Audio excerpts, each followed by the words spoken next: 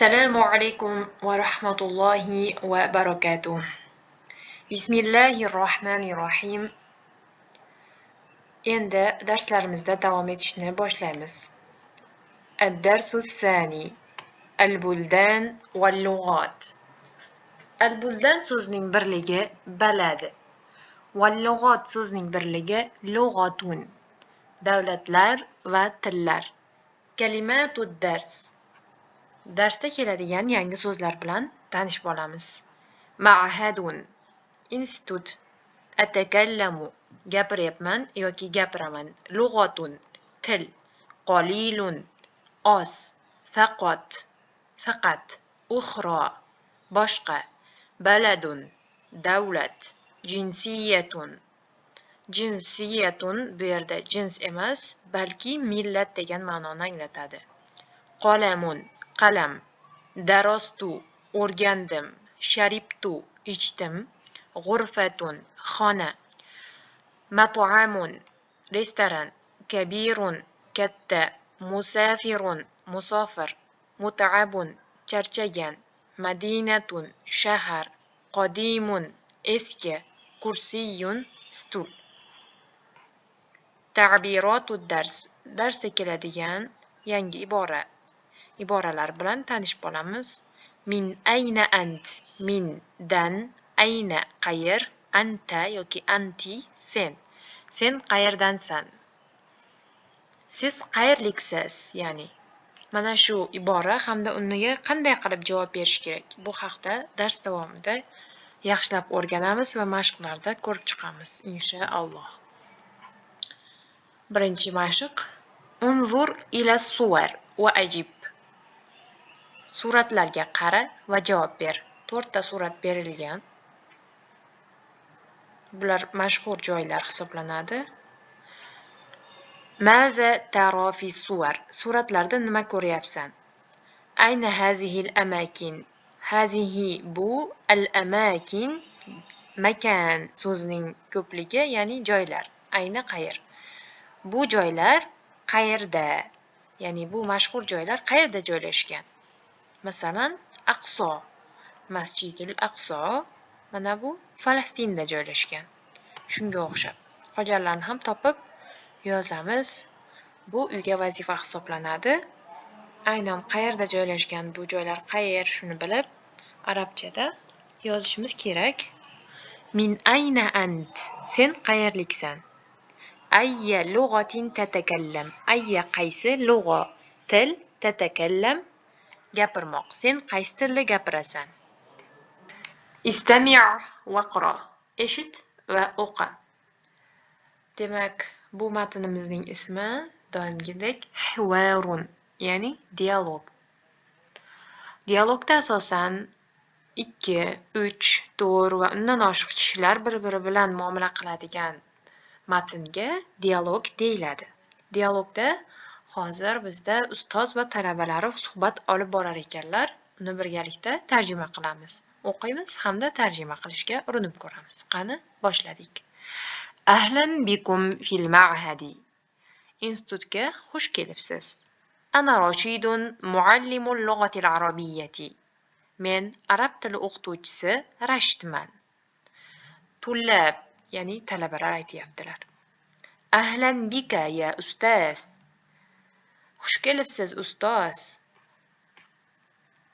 Ana shunday. Endi Brian aytayapti ekan, Brian ekan bu. Ana Brian min Amerika. Men Amerikadan Brianman. Atakallamu al-lughata al-injiliziyyata wal-fransiyata wa qalilan min al-arabiyyata.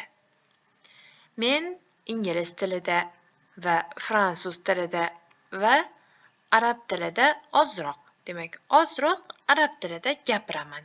Atakallamni gapiraman dedik-a? Demak, u ingliz, fransuz, ya'ni fransuz hamda ozroq arab tilida gapirar ekan.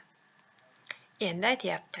Zarina ekan, endi bu inson Zarina aytayaptiki, ana Zarina min Britaniya atakallamu al-lughata al-injiliziyyata wal-fransiyata wal-hindiyata. Men Britaniyadan Zarinaman. Men ingliz tili, fransuz hamda hind tillarida gapiraman. Michael aytyapti. Ana Michael min Kanada. أتكلم اللغة الإنجليزية فقط. Men Kanadadan Michaelman.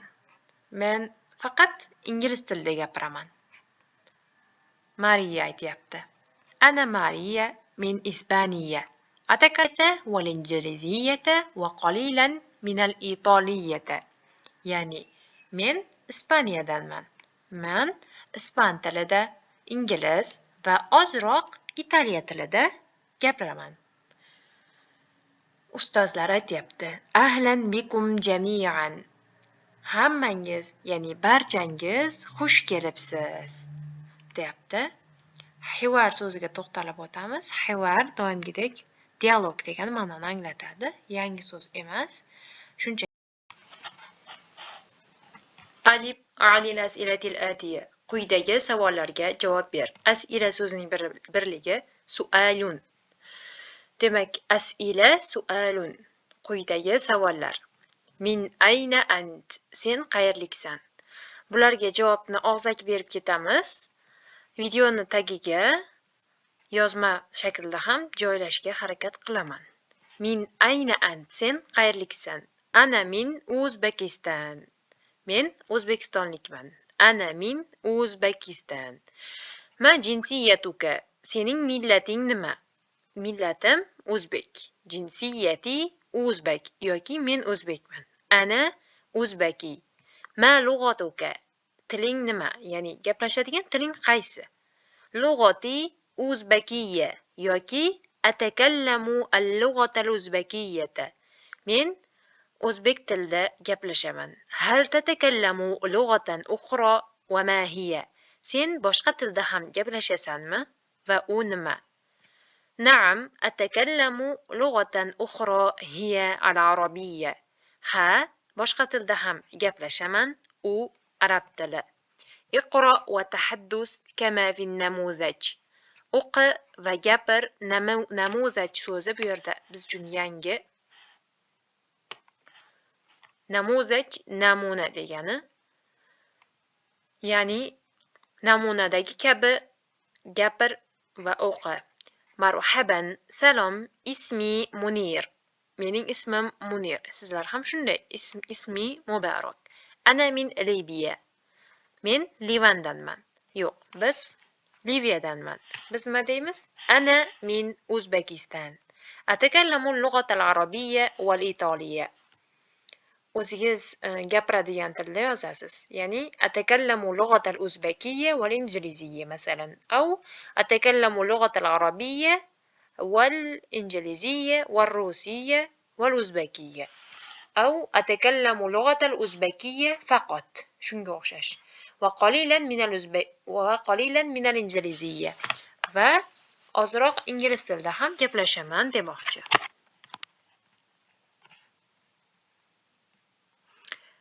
Keyingi mashq. Uktub kama fi namuzaj. Namunadagidek yoz. Ana sinniyun va atakallamu lughata as-sinniyya. Men qayerlikman? Xitoylikman va Xitoy tilida gaplashaman. Mana shu kabi.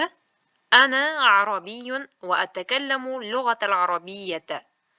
Men arabman va arab tilida gaplashaman. Men italiyalikman va Italiya tilida gaplashaman. Va men yaponman, yapon tilida gaplashaman deb o'zimiz uyda qilamiz. Keyingi mashq ham uyga bo'ladi. Bu yerda rasmlar bergan. Uktub kama fi namuzaj. Ya'ni bu namunadadek yozing deyapti.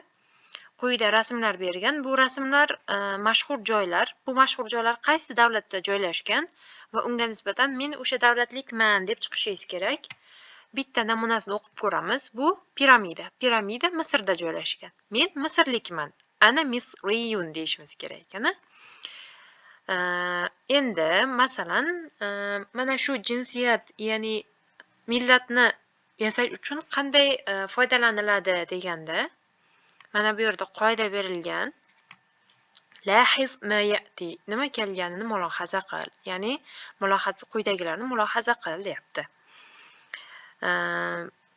Ana shu aynan millat yasash uchun berilgan Al-Barazil davlat, ya'ni Braziliya. Barazil plus ya, ya'ni iyun so'zi. Qo'shimchasi. Braziliyun, braziliyalik erkak, rajul, ya'ni. Braziliyatun, ayyatun qo'shimchasi imroatun uchun, ya'ni muannas. Bu muzakkar, bu muannas. Bu demak muzakkar, chiroyli yozib yubordim. Bu muannas. Demak, bu muzakkar, bu muannas. Ana braziliyun, ana braziliyatun, ana uzbekiyun, ana uzbekiyatun. Uzbeki plus iyun, yana bittasi uzbeki plus iyatun. Ana shunday. Al-Hind, Hind so'zi. Ya'ni Hind bu Hindiston. Hindiyun erkak kishi muzakkar, hindiyatun ayol kishi muannasga nisbatan. Xuddi shunday mana shu yerdagi bor rasmlarni o'sha davlatiga moslab, ana shu yerlikman deyishingiz kerak. Yana bitta misolni o'zimiz qilib ko'ramiz. Demak, bu Eyfel minorasi. U Parijda, ya'ni Fransiyada joylashgan. Men fransuzman, ya'ni fransiyalikman deyishim kerak. Ana faransiyun. Ana faransiyun. Ana shunday. Qolganlarni o'zingiz uyda bajarib ko'ring va inshaalloh to'g'ri bajarasiz degan umiddaman. Harful mim. Uktub, yoz. Harful mim, ya'ni mim harfini yozish kerak ekan. Bu yerda mim harfini boshida kelishi, so'z boshi, so'z o'rtasi, so'z oxirida hamda yakka holda kelishini bergan. Bunga oid so'zlar bergan. Buni tagidan o'zingiz yozib, harflarni yozishni mashq qilishingiz mumkin. Quyida uktub al-mim fil farogh. Demak, mim harfi bo'yicha bu yerda mashq berilibdi. Bu mashqni uyda har bitta bo'sh joyga, farogh degani bo'sh, ya'ni bo'sh joyga mim harfini yoz deyapti. Bo'sh joylarga mim harfini yozib, to'ldirib, u so'z nimani bildiryapti, tarjimasi nima yozib, ular uchun gaplar tuzib qo'ying. Oddiy bo'lsa ham esda qolishi oson bo'ladi. Masalan, mindilun. Mindil nima? Salfetka yoki ro'molcha. Mindilun. Masalan, nima deyishimiz mumkin? Mindilun sag'irun. Sullamun. Sullamun nima edi? Narvon. Sizlar bilan barcha so'zlarni avvalgi darslarimizda ko'rib chiqqanmiz. Shuning uchun uyga bu. Sullamun narvon. Yana ham oson yodlab qolish uchun sullamun kabirun. Nima deyish mumkin? Katta narvon. Shunga o'xshab bemalol o'zingiz qilasiz. Istami' va raddid, istami' va lahis al-farq. Bu yerda o'zingiz ko'rib chiqasiz. Aynan mim harfi uchun mashqlar, harflar, bularni bemalol o'zingiz o'qib ham tushunasiz. Nima uchun bunday yozilyapti, nima bo'lyapti bemalol. Harflarini rangli qilib tushunishingiz uchun berib ketilgan.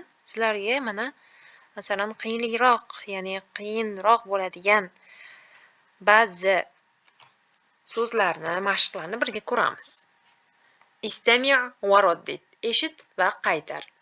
Bu yerda yangi gaplar berilgan. Ba'zilari yangi, ba'zilari o'tganmiz. Eski. Ana shularni bir yodga olib, yangilab olamiz.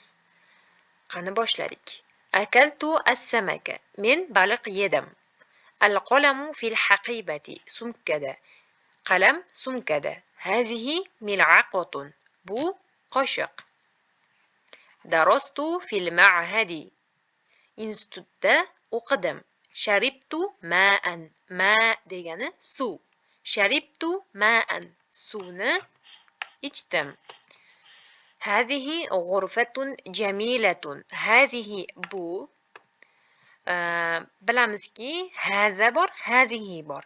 Haza muzakkarga ishlatiladi. Masalan, haza ar-rajul. Hazihi esa ayollarga, ya'ni muannasga ishlatiladi. Hazihi imra'atun. Haza ar-rajul. Haza al-imra'a. Xuddi shunday g'urfa muannasmi, muzakkarmi? Albatta muannas, chunki unda tamarbutasi bor. Ana shunday. Shuning uchun bu g'urfatun muannas hisoblanadi. Hadihi g'urfatun bu xona jamilatun chiroylidir. Ya'ni bu chiroyli xonadir. Keyingisi nazartu ila sama. Nazara degani qaramoq. Nazartu qaradim. Ila sama osmonga qaradim. Al mat'amu kabirun. Restoran kattadir. Ana mudarrisun jadidun. Bu yerda jadidun yangi.